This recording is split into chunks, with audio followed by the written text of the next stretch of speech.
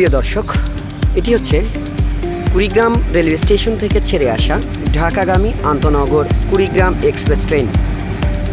এই ট্রেনটি আজ রংপুর রেলওয়ে স্টেশনে 10টা 5 মিনিটে প্রবেশ করেছে। এই ট্রেনটি প্রায় 1.5 ঘন্টা বিলম্বে রংপুর রেলওয়ে স্টেশনে প্রবেশ করেছে।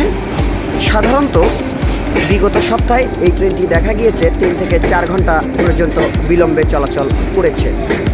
এর জন্য বিভিন্ন রেলওয়ে ফেসবুক গ্রুপ, রেল সম্পর্কিত যে ফেসবুক গ্রুপ রয়েছে সেখানে অনেক যাত্রীরা তাদের ক্ষোভ প্রকাশ করেছেন যে কুড়িগ্রাম এক্সপ্রেস ট্রেনের সাথে এমন বৈষম্য কেন, এবং আমরা যতটুকু তাদের সাথে কথা বলে জানতে পেরেছি যে তারা রেলওয়ে প্রশাসন বরাবর তারা চিঠিও দিয়েছেন যে কুড়িগ্রাম এক্সপ্রেস ট্রেনের সাথে সাধারণত কেন এমন বৈষম্য করা হয়, যার ফলে শুধুমাত্র উত্তরবঙ্গের 2 থেকে 3টি ট্রেনই বিলম্ব হয়ে থাকে, যেমন রংপুর এক্সপ্রেস এবং কুড়িগ্রাম এক্সপ্রেস।